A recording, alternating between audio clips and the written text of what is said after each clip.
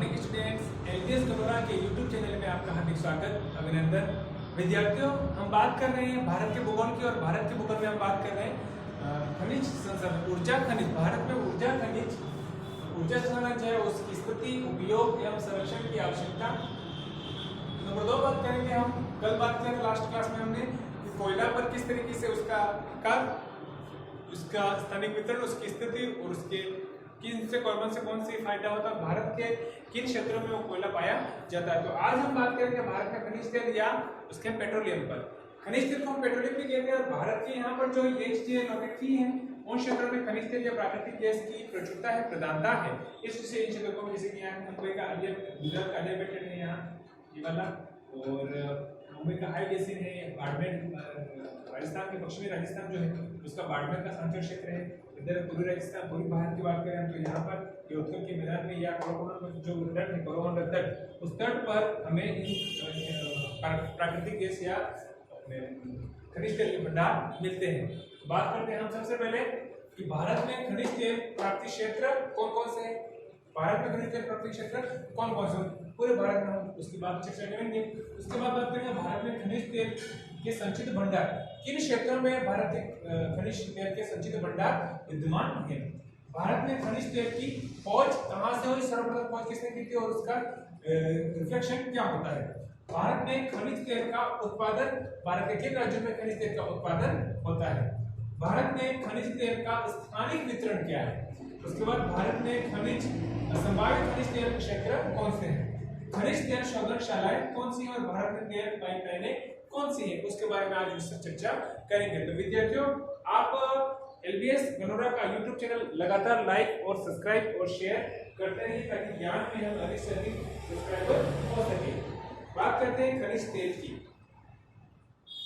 तो भारत में खनिज तेल पृथ्वी से प्राप्त होने वाला हाइड्रोजन तथा कार्बन का मिश्रण है। ये खनिज तेल जो है वो हाइड्रोजन और कार्बन का मिश्रण है। खनिज तेल बराबर क्या, हाइड्रोजन प्लस कार्बन का मिश्रण है, बराबर क्या, खनिज तेल। यानी कि हाइड्रोजन और कार्बन मिलकर खनिज तेल का निर्माण करते हैं। इसका रंग हरा, भूरा, नीला, तरल, गाढ़ा, मोम की तरह ठोस या गैसीय रूप में होता है। इसमें विभिन्न मात्रा में गंधकीय तत्वों जैसे अशुद्धियां मिली रहती हैं। कार्बनिक सिद्धांत के अनुसार खनिज तेल का निर्माण वनस्पतियों एवं जीव जंतुओं के सड़ने गलने से होता है। भौगोलिक दृष्टि से खनिज तेल का संबंध टर्शियरी युग की जल चट्टानों में लगाया जाता है। सामान्यतः भारत में 20 से 30 लाख वर्ष पुरानी अवसादी चट्टानों में इसके भंडार हैं। तेल की ऊपरी सतह पर गैस तथा निचली सतह पर पानी मिलता है। यानी कि तेल की जो ऊपरी सतह है वहां पर तो गैस, और निचली सतह पर पानी मिलता है।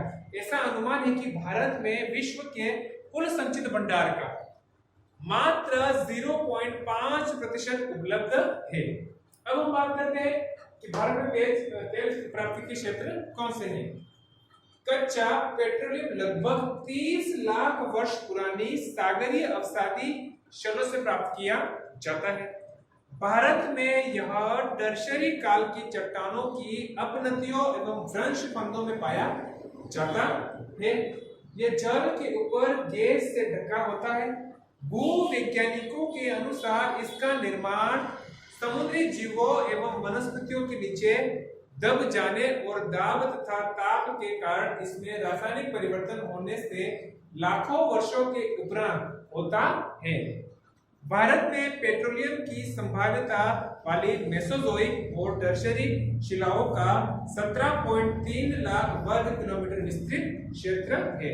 यह क्षेत्र 27 बेसिनों में बटा है, जिसमें से 17 स्थलीय क्षेत्रफल इसका लगभग 14.1 लाख वर्ग किलोमीटर तथा 10 अपतटीय क्षेत्र 3.2 लाख वर्ग किलोमीटर भागों में स्थित है। अभी तक इनमें 17 बेसिनों का भूवैज्ञानिक अध्ययन तथा 12 में समन्वेशी ड्रिलिंग की जा चुकी है, जिनमें से 9 में हाइड्रोकार्बन की उपस्थिति के संकेत मिले हैं। ये बेसिन ऊपरी असम, पश्चिम बंगाल, पश्चिम हिमालय, राजस्थान, कच्छ, उत्तरी गुजरात, गंगा घाटी, पूर्वी तट, अंडमान निकोबार, केम्बे, बॉम्बे हाई के अपतटीय भागों में स्थित है। यानी कि हम बात करें तो असम का ये वाला पार्ट भी किया है, असम का ये वाला पार्ट, असम, पश्चिम बंगाल ये वाला पश्चिम बंगाल, पश्चिमी हिमालय, राजस्थान, राजस्थान का ये वाला पार्ट राजस्थान, कच्छ ये कच्छ, गुजरात का गंगा घाटी, पूर्वी तट, अंडमान निकोबार, बॉम्बे के तटीय भागों में स्थित है। अब बात करते हैं कि भारत में खनिज तेल के संचित भंडार कौन से हैं। भारत में खनिज तेल के संचित भंडार कौन से हैं? तो पेट्रोलियम और रासायनिक मंत्रालय के अनुसार भारत में कच्चे तेल और प्राकृतिक गैस का अभितटीय भंडार क्रमशः 1312.90 लाख टन तथा 59,240 लाख घन मीटर है। इसमें से 692.70 लाख टन कच्चा तेल असम और 620.20 लाख टन गुजरात के क्षेत्र में संचित है। रूसी भूवैज्ञानिकों के अनुसार भारत में 3 मिलियन टन कच्चा तेल के भंडार स्थलीय और 1 मिलियन टन अपतटीय भागों में उपलब्ध है। हाल के अनुमानों के अनुसार देश में कुल 21.31 बिलियन टन हाइड्रोकार्बन का भंडार संचित है, जिसका आधा भाग प्राकृतिक गैस के रूप में है। इस भंडार का 61% भाग अपतटीय क्षेत्रों में है।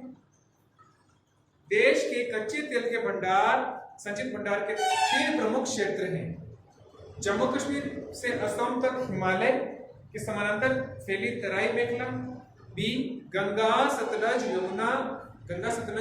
घाटियों सहित गंगा, महानदी, गोदावरी, कृष्णा और कावेरी के डेल्टा क्षेत्र एवं पश्चिमी तट के मध्य तटीय क्षेत्र, खंबात की खाड़ी, अरब सागर और बंगाल की खाड़ी में स्थित द्वीप।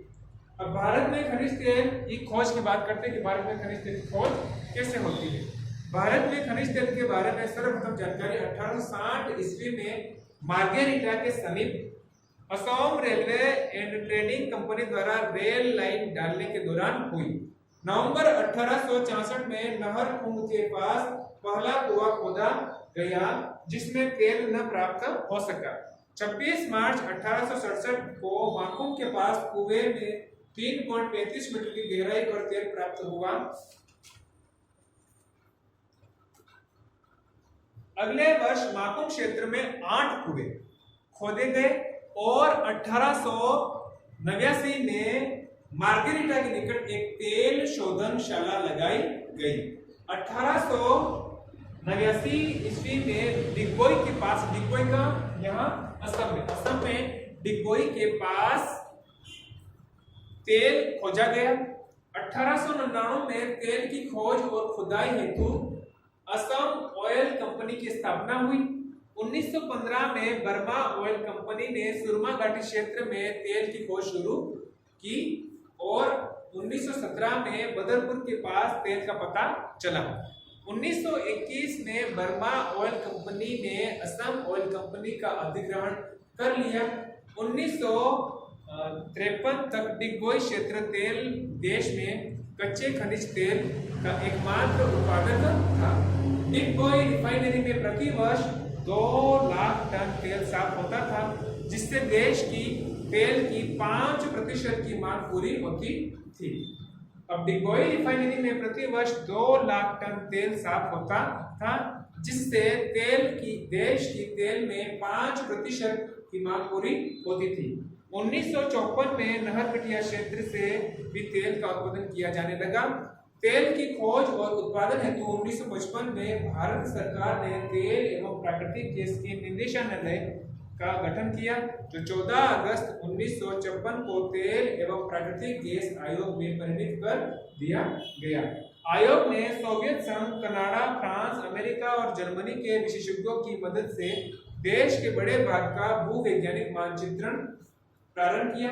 इसी दौरान भारत सरकार और ब्रिटेन की बर्मा ऑयल कंपनी संयुक्त उपक्रम के तौर पर भारतीय तेल लिमिटेड को फरवरी 1959 में स्थापना हुई, जिसे असम अरुणाचल प्रदेश के क्षेत्र में तेल की खोज और उत्पादन का उत्तरदायित्व सौंपा गया। ओएनजीसी के प्रयासों की सफलता से गुजरात की खंबात की खाड़ी 1961 और बंबई हाई क्षेत्र 1976 में तेल खोज निकाला गया।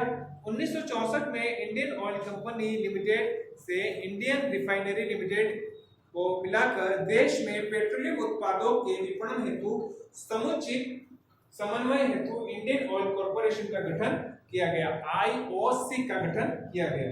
आज के भूमंडलीय उदारीकरण के काल में कई विदेशी कंपनियां ओएनजीसी और ऑयल इंडिया लिमिटेड के सहयोग से देश में कच्चे तेल की खोज और उत्पादन में सहयोग कर रही है। अब भारत में खनिज तेल के उत्पादन कहाँ है, भारत में खनिज तेल का उत्पादन कहाँ होता है, उसके बारे में संक्षिप्त चर्चा करते हैं। तो भारत में खनिज तेल की मांग बहुत अधिक बढ़ रही है।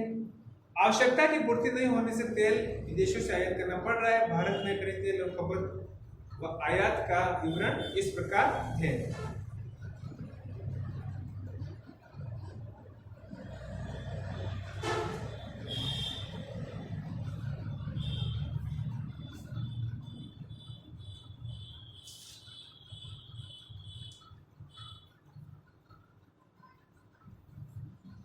भारत में खनिज तेल का उत्पादन 1950 से 2013 तक की बात करते हैं हम, तो वर्ष 1951 में उत्पादन जो हुआ वो 2.69 लाख टन में, खपत जो हुई वो 33 लाख टन और आत्मनिर्भरता 8.1 और आयात जो हुए वो 58 करोड़ रुपए हो गए। इसी अनुरूप 1910 वर्ष बाद 1961 में 5.13 लाख टन का उत्पादन हुआ, 70 लाख टन खपत हुई, 6.7% आत्मनिर्भरता रही और 72 करोड़ रुपए आयात किए गए। इसी वर्ष 10 वर्ष बाद 1971 में 71.85 लाख टन का उत्पादन हुआ, 179 लाख टन का खपत हुई। आत्मनिर्भरता जो प्रतिशत रही वो 40.1% रही और 136 करोड़ रुपए आयात किए गए। इसी अनुरूप 1981 की बात करें हम तो 149.25 लाख टन का उत्पादन हुआ और 309 लाख टन की खपत हुई। आत्मनिर्भरता 48.3% रही और 5,264 करोड़ रुपए का आयात हुआ। इसी तरीके से 1981 की हम बात करें, 91 की बात करें तो 330.21 लाख टन का उत्पादन हुआ, 550 टन लाख की खपत हुई, 60% आत्मनिर्भरता रही और 10,816 करोड़ रुपए का आयात हुआ। इसी 2001 की बात करें तो 324 लाख टन का उत्पादन हुआ, 1107.6 लाख टन का खपत हुई और 29.25% आत्मनिर्भरता रही, 71,604 करोड़ रुपए का आयात हुआ। 2011 की बात करें तो 35,039 लाख टन का उत्पादन हुआ, 1,38,275 लाख टन की खपत हुई, 25.34% आत्मनिर्भरता रही और 6,41,387.12 करोड़ रुपए का आयात हुआ। इसी अनुरूप 2013 की बात करें हम तो 41,523 लाख टन का उत्पादन हुआ और 1,37,378 लाख टन की खपत हुई और आत्मनिर्भरता रही 22.16 और जो आयात हुआ वो 9,20,455.64 करोड़ रुपए का आयात हुआ। तो ये हमारा उत्पादन था। आगे हम बात करते हैं कि भारत में खनिज तेल का स्थानिक वितरण क्या है। तो भारत में कच्चे तेल खनिज तेल के उत्पादन में 4 प्रमुख क्षेत्र हैं। एक है ब्रह्मपुत्र घाटी, एक है गुजरात तट, एक है पश्चिमी तट अपतटीय क्षेत्र और एक चौथा नंबर है पूर्वी तट अपतटीय क्षेत्र। अब एक एक करके इसको हम राज्यवार तेल का उत्पादन और क्षेत्र के बारे में जो 2013 के आंकड़े हैं उसके अनुसार हम बताएंगे। असम जो है उसके प्रमुख क्षेत्र हैं ब्रह्मपुत्र घाटी, नोवा, ड्रिलिंगबुड़ी, ड्रिलिंग, डार्लिंग घाटी, डिगबोई, मोरान क्षेत्र, हुजरीजन, रुद्रसागर, लकवा, सुरमा घाटी में बदरपुर, मसीमपुर, पथरिया, हबजान और डिराई क्षेत्र। अरुणाचल प्रदेश की हम बात करें तो अरुणाचल प्रदेश में कुमचई, मनभूम, खरसांग और चराली क्षेत्र। त्रिपुरा की बात करें तो मामून भाग, बारामूला, देवतापुरा और सोभांग क्षेत्र की है। और गुजरात की बात करें तो गुजरात में खंबात की खाड़ी के पूर्व तट के सहारे अंकलेश्वर और खंबात का क्षेत्र, केहरा, मेहसाणा क्षेत्र में कलोल, सनंद, नवागम, बचराची, मेहसाणा, क्रोसंबा और गुजरात में भरूच, मेहसाणा, अहमदाबाद, खेड़ा, वडोदरा। सूरत जिले में बात करें हम तो सूरत जिले प्रमुख तेल उत्पादक हैं वो है भावनगर के दक्षिण में अलियाबेट द्वीप। इस तरीके से महाराष्ट्र की बात करें तो बंबई हाई बेसिन क्षेत्र जहां भारत का 330 मिलियन टन तथा सार्वजनिक प्राकृतिक गैस 37,000 मिलियन घन मीटर का उत्पादन होता है। आंध्र प्रदेश की बात करें तो गोदावरी कृष्णा बेसिन, डेल्टा क्षेत्र में खनिज तेल व प्राकृतिक प्रचुर भंडार हैं। इसी अनुरूप रावा क्षेत्र की बात करें तो अमलापुर क्षेत्र, तमिलनाडु की बात करें हम तो कावेरी बेसिन में नारी मानस, कोराईपल्ली अभितटीय क्षेत्र और अन्य क्षेत्र में बात करें तो राजस्थान के बाड़मेर क्षेत्र है, उत्तर प्रदेश के बिलासपुर, तहसील और पंजाब के ज्वालामुखी क्षेत्र है। अब हम बात करते हैं कि भारत में संभाव्य खनिज तेल क्षेत्र कौन से हैं। तो भारत में संभाव्य खनिज तेल क्षेत्र हैं वे क्षेत्र हैं जहां भविष्य में खनिज तेल के पाए जाने की संभावना व्यक्त होती है। ये क्षेत्र हैं तिरुनेलवेली के समीप मन्नार की खाड़ी, यानी तिरुनेलवेली समीप मन्नार की खाड़ी इस क्षेत्र में हमें संभावना नजर आती है।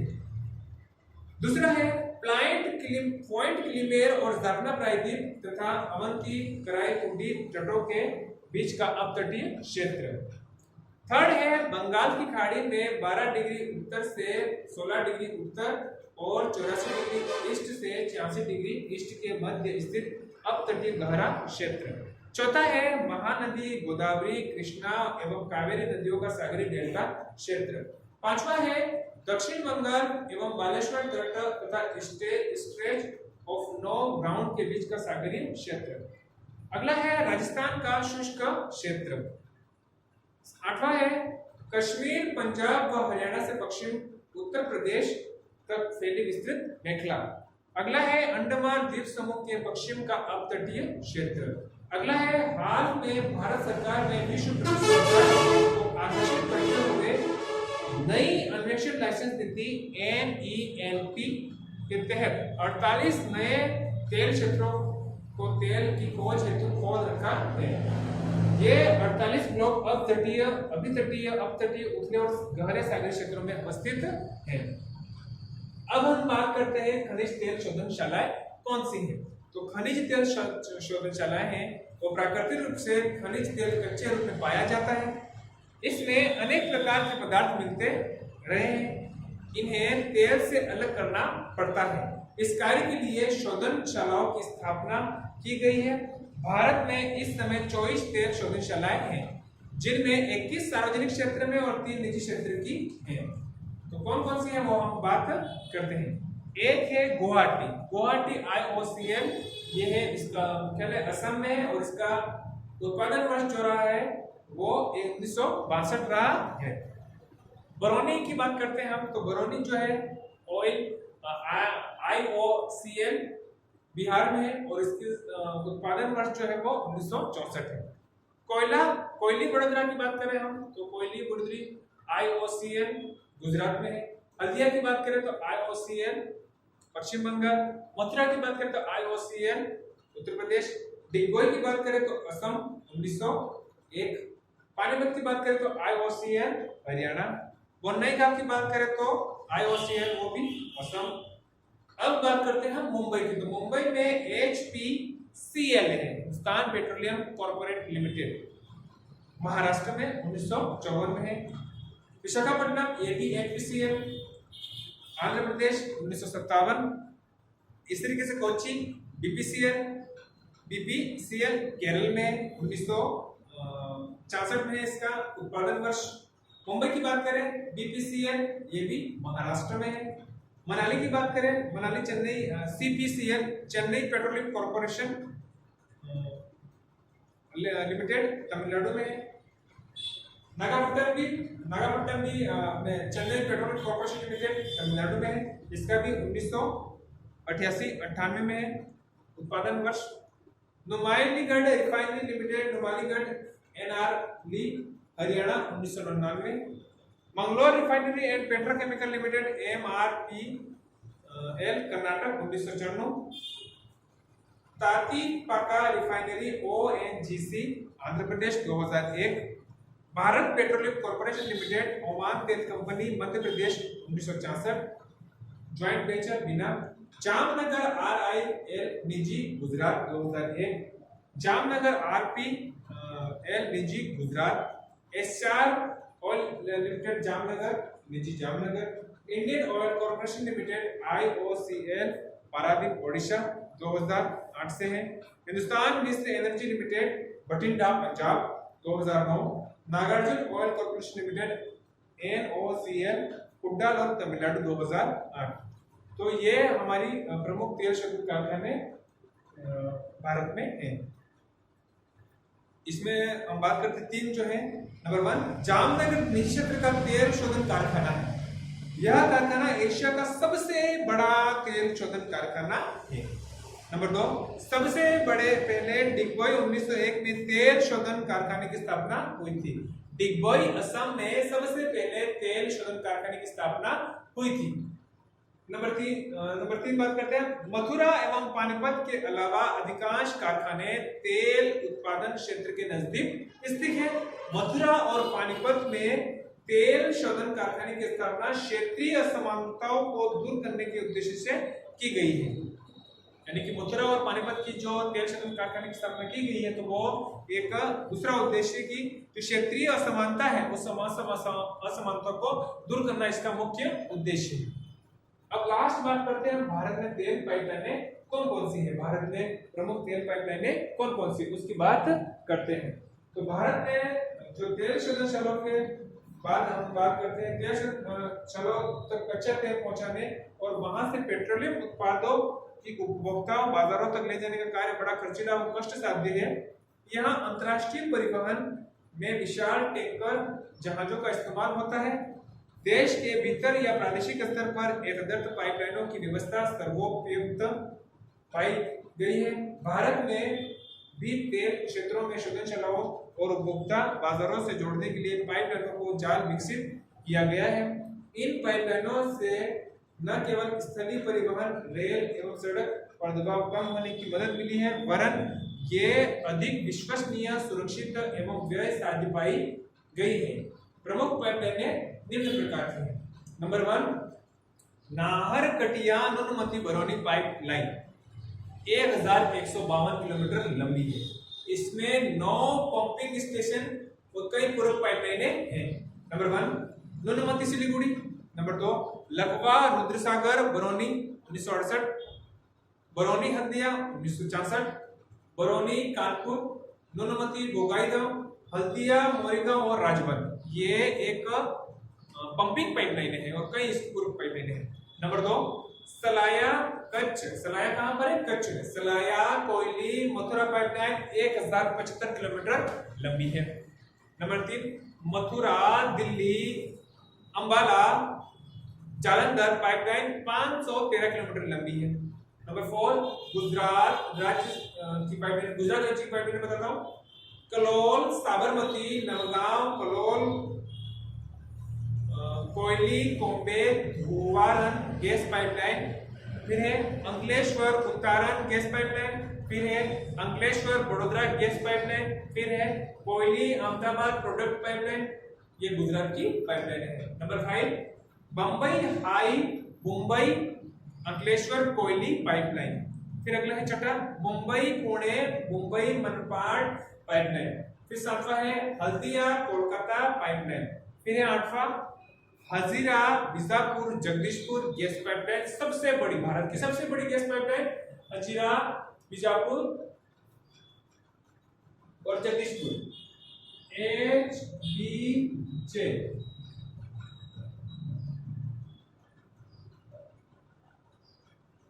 हजीरा बीजापुर और जगदीशपुर बताता हूँ 1075